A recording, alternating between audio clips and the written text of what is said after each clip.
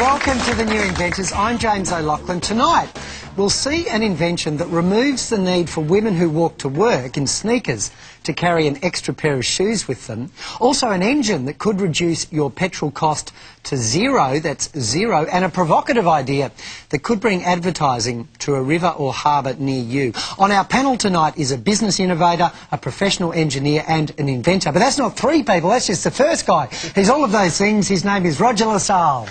Roger. Thanks, James, and great to be here. Returning to our panel is journalist and inventor Christine Caninmonth. Christine. Hi, James. And for the first time, we welcome from the world of advertising creative director Simon Collins. Just in case you're wondering, that's Simon with one eye in his name and two in his head.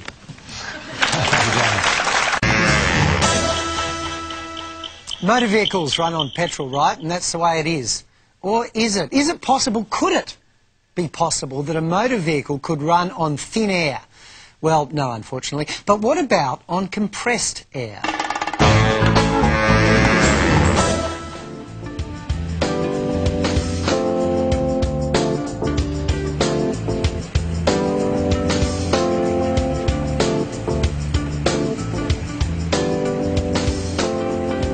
I did develop a rotary piston engine that is driven by air instead of petrol. My engine is different from the others because it's got very few parts, resulting in less friction and better efficiency. Speed and torque are controlled by an air valve. It's very economic because the minute you take the foot off the accelerator, the engine will stop. The air engine can be used in places such as mining, places where there is a fire hazard, where an internal combustion engine cannot be used. The air engine is good for any indoor use because it doesn't create any pollution. Please welcome Angelo Di Pietro. Angelo. How are you? Now, the compressed air cylinder is in here. The air runs up around here, yes, and into the engine. Into the engine, yeah.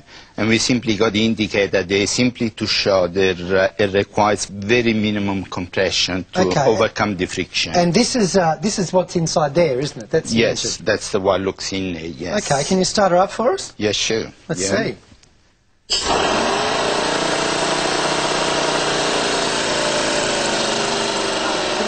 Yes, sure. Yeah. Fantastic. I mean, yeah, Thank you. It's only a model, that's why it didn't go anywhere. Come across. Yeah. How much money would it take to run it? Say per hour, I suppose. On the burden carrier, 15 cents for 3.2 kilometers. And what would the engine cost? Around $5,000 to build one engine. That is for the prototype. When we go into production, will be much, much cheaper. Okay, $5,000. We estimate something around $500. $500? Yeah. What do you think, Simon?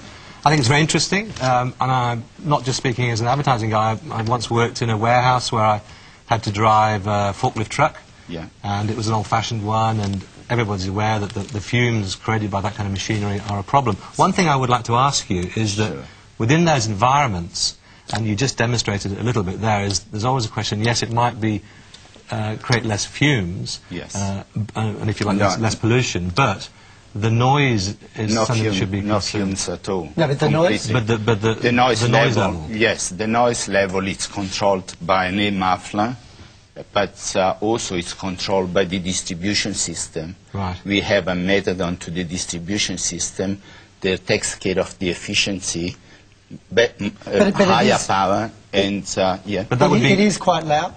Compared with an electric equivalent, for example. Compared to the electric, yes, I have to agree with you on that. But once you address that issue, I think it's great. I mean, you know, we've had machines that run on chook poo. We've had machines that run on water, and you know, just when you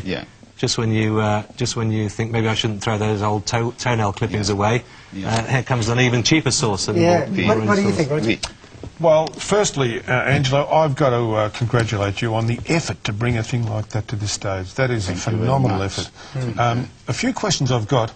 The power-to-weight ratio compared with, say, an equivalent-size electric motor, how does it stack up? Well, it's very similar to the electric motor in weight, but, you know, we should not be comparing to the electric motor. We should be actually comparing to the existing air motor. When you look at the existing air motor, the piston motor, for example, it's 91 kilogram compared to ours 13 kilogram. We produce 6.14 horsepower, and they're producing 4.4 horsepower and use up double of the air consumption. So for the uninitiated, that's around 4 kilowatts, I guess, is it? Yes. From that machine, which is pretty good, actually. That would take an electric motor, and I compare it with an electric motor because that's an equivalent source of low pollution power. And you can get, the term intrinsically safe means motors that will work in a volatile, flammable environment. You can get those, but the size of that for the power, I'm impressed, and I'm very favourably disposed. You look pretty, I am, absolutely. You look pretty impressed, doesn't it? Did you understand that? Christine, what do you think? I scuba dive, and it looks to me like you've got scuba diving tanks sitting in there. Same thing? Exactly, yes. And so if I'm using a scuba diving tank for 40 minutes underwater, how long is this going to run for if you've got 3 of them sitting inside one of those carts for the markets? Well, we're doing for the markets around 10 kilometers. 10 kilometres. 10 kilometers with them 3-cylinder of that size, which is only 18 litres. Summing up, Simon.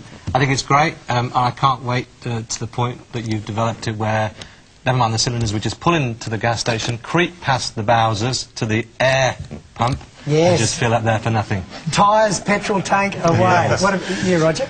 Look, a couple of quick things. Can I fill it up from the service station air pump? Is the pressure sufficient? No, that pressure won't be sufficient. Just summing up. It's 3-stage compressor Understood. you have to have. Okay, look, in general, I'm impressed. I think there's a potential great opportunity for you here. Thank you very much. Christine. Good luck to you. I love it. I think it's great. It's clean, it's quiet, and it's cheap to run. Can't lose. Yes, and there's a heck of a lot of Texans out there going, uh-oh. Please thank Angelo Di Pietro. Well done. Thank you very much. You know, the person who invented the light globe, what went off above their head? Tonight's winner will be in the running to be named our Inventor of the Year. Will it be the air sign, the shoes, or the air engine? Who do you reckon, Roger? Who's the winner? Well, air sign, not so sure.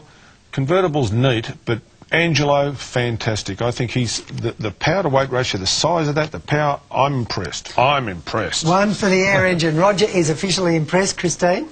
Well, I have to say it's a toss-up for me between the air engine but also Sophie's convertibles. I think she's made for a publicity bonanza. She's got a great product, and I think she's going to go far with it. It's got huge worldwide appeal. It's the shoes. Simon, what do you think?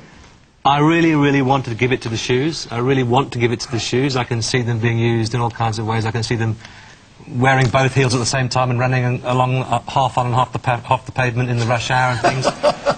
But I'm impressed by phrases like power-to-weight ratio. Always have been, and I'm going to go with the piston engine.